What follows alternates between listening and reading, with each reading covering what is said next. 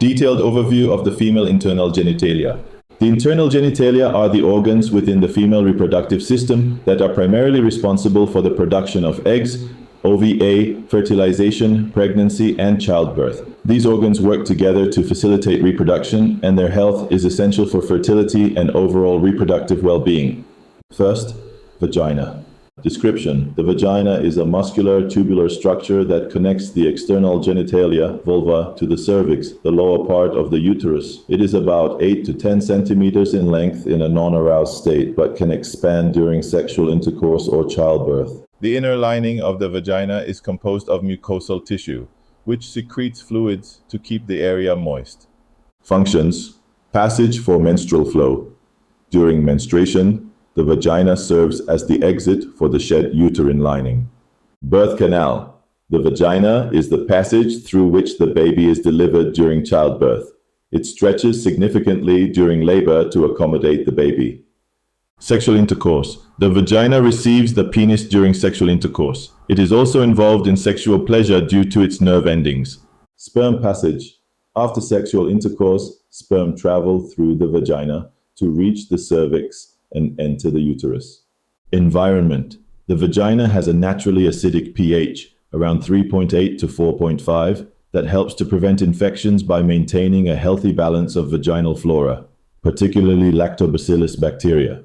The vaginal wall is flexible and capable of expanding during sexual activity and childbirth.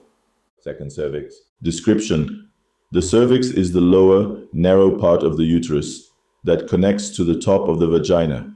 It is about 2 to 4 centimeters in length in non-pregnant women and serves as the gateway between the vagina and the uterus. The cervix is composed of two parts: the ectocervix, the portion that protrudes into the vagina, and the endocervix, the part that leads into the uterus. Functions: barrier and protection. The cervix acts as a barrier, protecting the uterus from infections that may enter through the vagina. The cervical mucus produced by the endocervix changes in consistency during the menstrual cycle to either block or facilitate sperm entry. Around ovulation, cervical mucus becomes thinner, helping sperm to swim through to reach the egg. Production of mucus. The cervix produces mucus, which helps to maintain the health of the vaginal canal and protect against pathogens. The nature of this mucus changes during the menstrual cycle. Dilation during labor. During childbirth, the cervix dilates, opens, to allow the passage of the baby through the birth canal. Cervical screening. Pap smears or Pap tests are used to detect abnormalities in cervical cells, such as cervical dysplasia or HPV infections, which can lead to cervical cancer if untreated. 3. Uterus, womb. Description: the uterus is a hollow, pear-shaped organ located in the pelvic cavity. It is approximately 7 to 8 centimeters in length, 5 to 6 centimeters in width, and 2 to 3 centimeters in thickness in a non-pregnant woman. The uterus is made up of 3 layers: the endometrium, inner lining, the myometrium, muscle layer, and the perimetrium, outer serous layer. Functions: menstruation. Each month, the uterus prepares for a potential pregnancy by thickening its lining, the endometrium. If fertilization does not occur, this lining sheds, resulting in menstruation. Fetal development. The uterus provides a nurturing environment for the fertilized egg, embryo, allowing it to implant and grow into a fetus. During pregnancy, the uterus expands to accommodate the growing fetus. Contractions. The myometrium, the muscular layer of the uterus, contracts during labor to help expel the baby. These contractions are also responsible for menstrual cramps during menstruation. Sustaining pregnancy. The uterus, aided by hormones such as progesterone, helps sustain the pregnancy by supporting the placenta, which provides nutrients to the developing fetus. Parts of the uterus. Endometrium, the inner lining of the uterus, which thickens in preparation for pregnancy. If pregnancy does not occur, this layer is shed during menstruation. Myometrium, the muscular layer that contracts during labor and menstruation. Perimetrium, the outer layer that covers the uterus. Fourth, fallopian tubes, oviducts.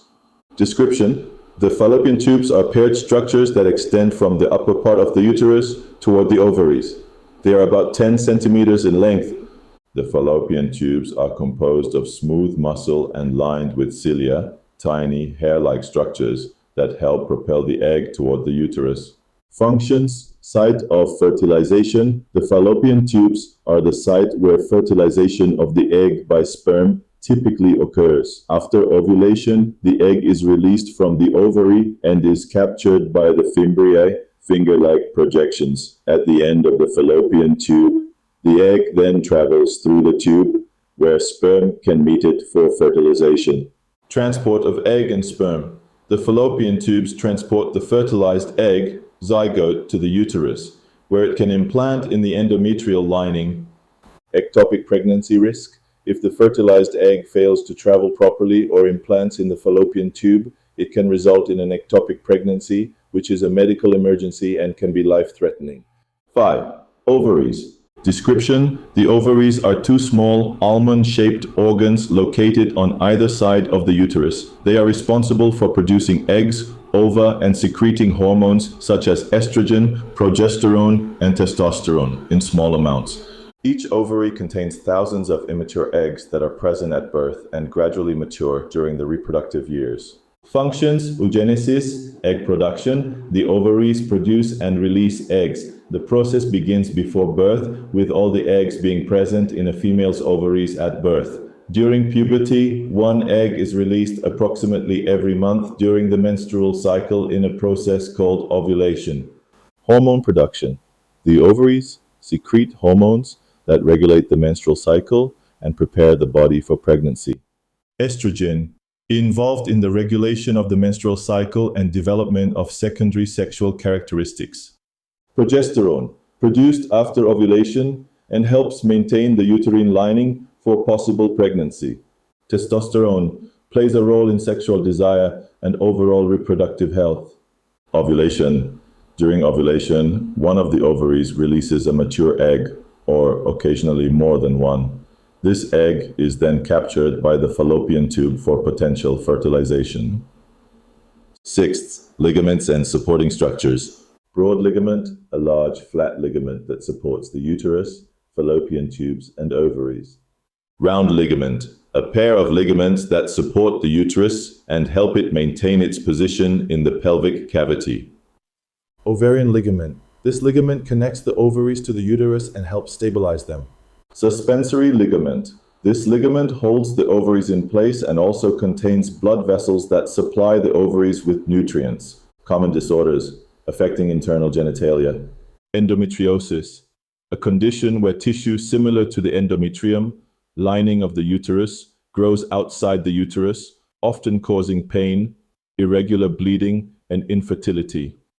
Uterine fibroids, benign tumors that develop in the wall of the uterus and can lead to symptoms such as heavy menstrual bleeding, pelvic pain, and infertility. Polycystic ovary syndrome, PCOS, a hormonal imbalance that can cause irregular periods, excessive hair growth, acne, and infertility.